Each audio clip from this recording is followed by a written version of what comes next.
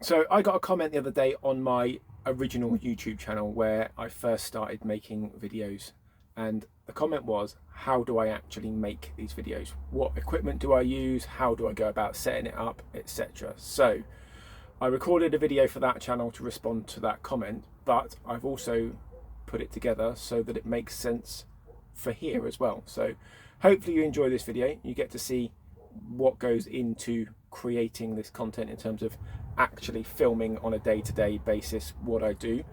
And there will be a second video, as I mentioned throughout this video moving forward, about how I actually edit those videos together using my laptop and editing software, etc. So hopefully you enjoy. This video is being recorded on my phone with the phone's audio, so it may not come through as the most clear to start off with, but I will switch over to one of the microphones that I use once I've shown you those. But the first thing I want to show you is my cameras. I've got three. The first one being a GoPro Hero 11. They're now up to number 13, but yeah, Hero 11 does 4K video, 60 frames a second, which is typically what I will record the content in, because that gives me the most freedom to crop images in and edit and do all those sorts of things, which we'll talk about in the next video. I also have a Hero 8. This is actually one of the first cameras I got and started using when I first started making these videos. So that's, I say, we're up to a GoPro 13 now, so that one's quite old now, but still does everything I want it to do. The quality's just about as good for what I want it for. I also have a 360 camera. It's got a camera lens on the front and one on the back.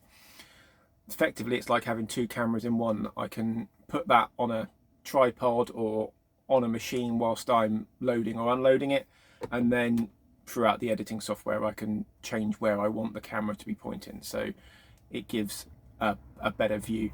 That's an older one, but still just as good as what the others are, but you can notice a little bit of a difference in quality if you know what you're looking for.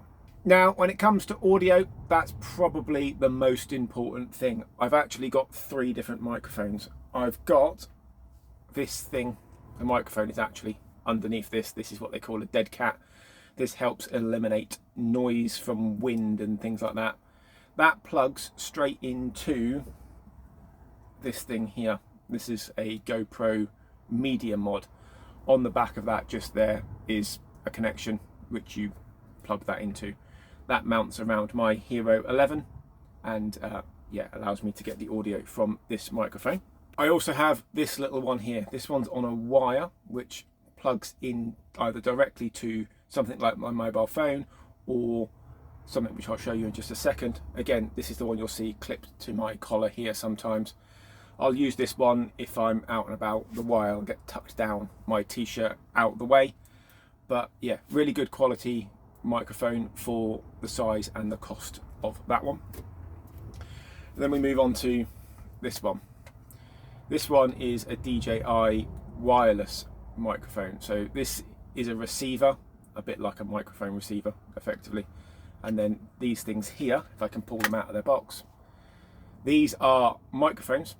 There's two of them in the box, and there's a headphone microphone input there. So the little microphone, if I get that back now, plugs in. That I can clip onto my pocket and then feed that up to my shirt and clip it on there. These are battery powered, so they have to be charged, hence the big case, and that's what charges it and also stores it as well. Am I putting that in correctly? No, other way around. No, had it right the first time. Doing these videos takes a little while to do, so I've got various different batteries. There's extra ones for my Hero 11, extra ones for the 360 camera, and then extra ones for the Hero 8. Annoyingly, the Hero 8 and 11 take different batteries, so yeah, a little bit annoying that they're not the same, but yeah, bigger battery on the Hero 11, which means it lasts a little bit longer. I do also have this. This is a Volta, it's called. It's a tripod come power bank become remote control, so I can use this hands-free with a camera mounted on the top and stand it up and press record. I use this for stuff typically out of the cab when I'm walking around. I use that a lot more on family videos. I've got another channel with videos for days out and stuff like that I do with the family, and typically use that there for that more vloggy style action type video, if that makes sense, out on a day down the park or whatever it is that we're doing. I've also got this here. This thing bends and twists around to different shapes. You can wrap that round a tree, or I can wrap that round one of the safety rails on the trailer, which I'll show you in a bit, but that's also very handy. On top of those two tripod type things, I've also got this here. This is a magnetic mount. This I use to attach to the trailer, to the machines. This bit adjusts at different angles, and the GoPros clip into there through additional mounts that you have to purchase separately. I've also got this big jaw clampy one, again with one of those attachments on. They work via magnets and twisting, so, and then they are locked into place. You have to flick the little red thing and pull them out, so when they're in there it really isn't going to move, so I can leave that on a machine whilst driving or loading it up, and it's not going to fall off and damage the cameras. This here is another one for the little tripod. Again, same sort of thing, moves around.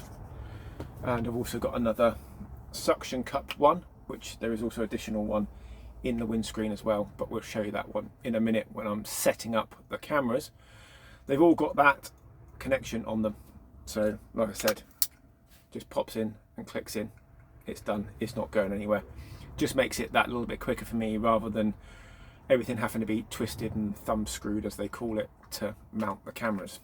I do have this little light. This is an RGB light, so it does all manner of colours. If I switch that on, and then I don't want to point it directly at the screen, but you can adjust the brightness of it. We can change the colour. There we go. Hopefully that's coming through nice and clearly. We can, if I can remember, I normally just have it on the white, but we can get it to do all sorts of different effects and different things. So yeah, that may not be coming through clearly on there.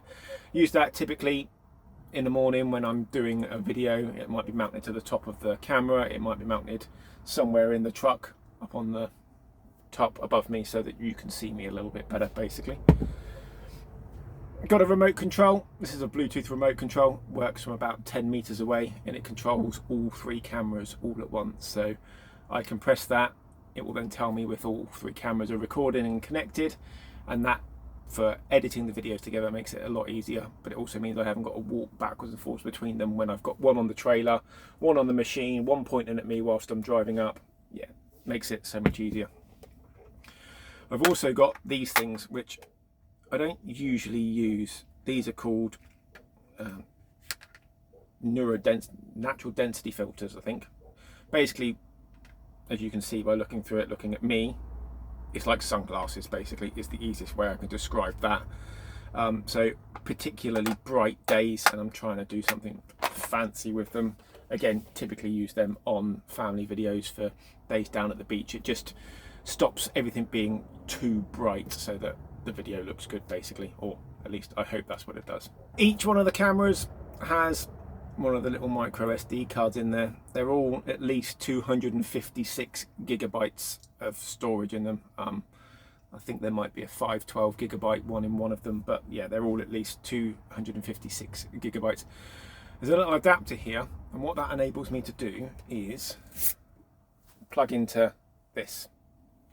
Screen needs a bit of a clean on that, but this is my tablet. It's my Samsung tablet Ultra, whatever it is, 14-inch thing, but I can plug that straight in, and then I can look at the videos whilst I'm out and about and transfer them off the memory card to free up space, but also to back them up, so if something does happen, and I've got some hopefully interesting footage, then you guys can still see that, because I've not lost it. It's just a backup thing. I've got a big memory card in there as well, so everything's all backed up and safe. The advantage to that is once it's all in one place, rather than being on multiple memory cards throughout the day, when I get home I can plug one memory card straight into my laptop to edit it, and the transfer is a lot quicker. But we'll talk about that in the next video. So this is how the vlogging setup may look. We've got what they call the shotgun microphone on the top.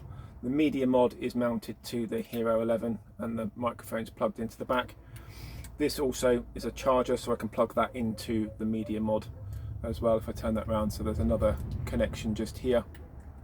This can plug in, and then yeah, we'd be good to go for a piece to camera, talking about maybe what we're doing, or showing you around the truck, or where we are, whatever it is that we're doing. But yeah, that's how that would typically look if I was going to be doing something like that. One of the other things I've got is a normal tripod as well, which I can mount the cameras to. It just makes it a little bit easier to have that option as well. I've now put the camera on the flexible tripod, so I can show you mounting the cameras and setting them up to actually do a recording. So when I'm doing a vlog style video, I typically use 3 cameras. The Hero 11 with the camera mod on it with the microphone, the Hero 8 with the mount for wherever I need to put it, and the 360 camera. The 360 camera generally gets clipped behind me.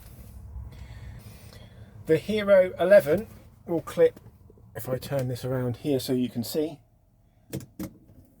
into there. The Hero 8 goes on the wing mirror typically. I've opened the window. On top of the wing mirror is a mount for that to clip into, and that clips in and slots in there. That won't move, that won't fall out.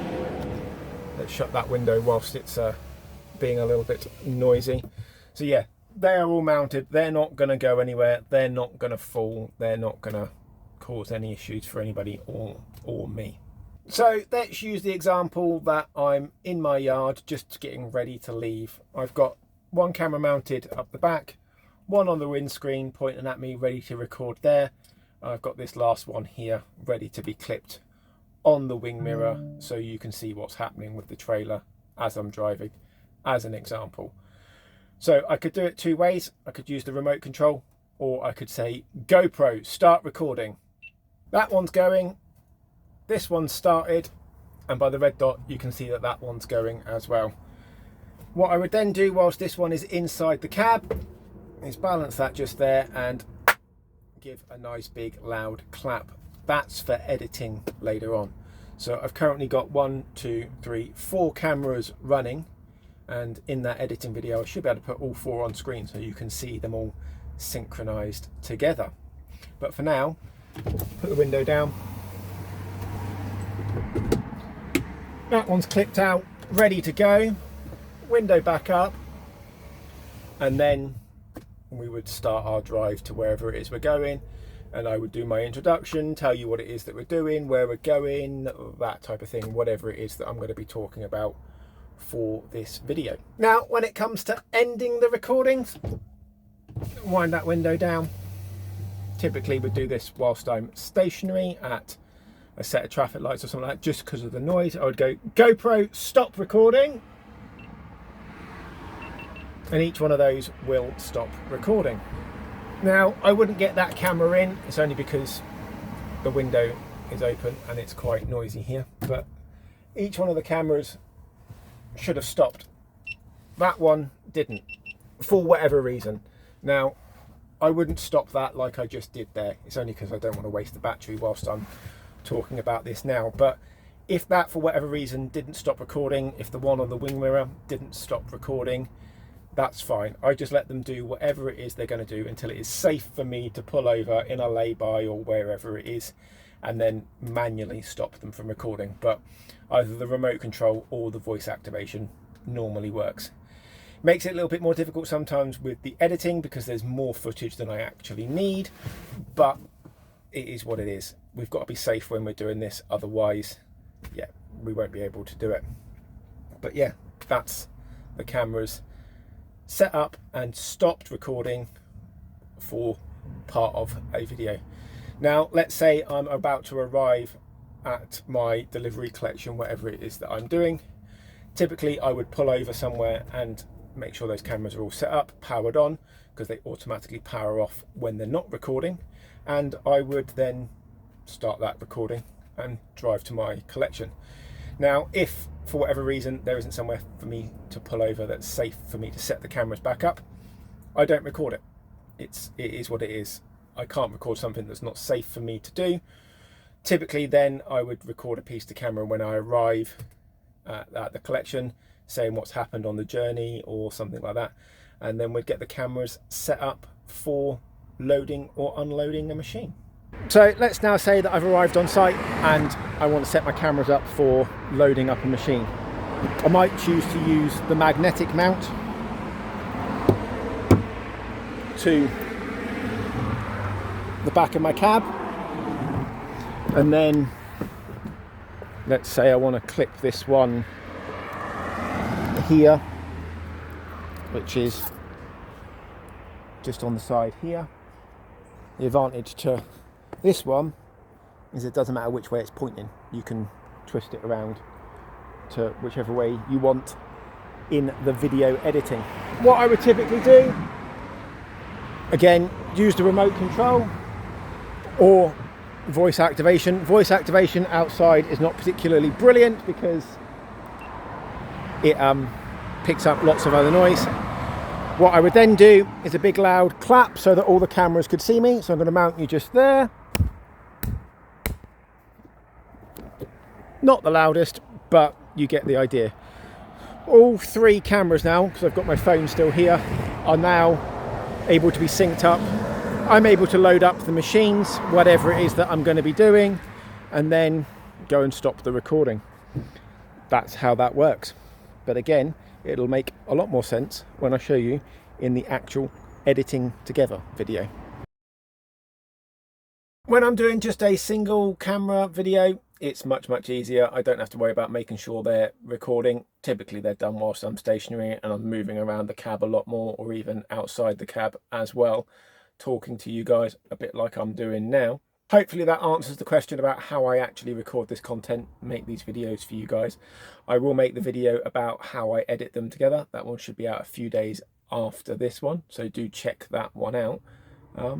Yeah, if you've got any other questions, please leave them in the comments and I'll do my best to answer them. But other than that, thank you very much for watching, and hopefully I'll see you in the next one.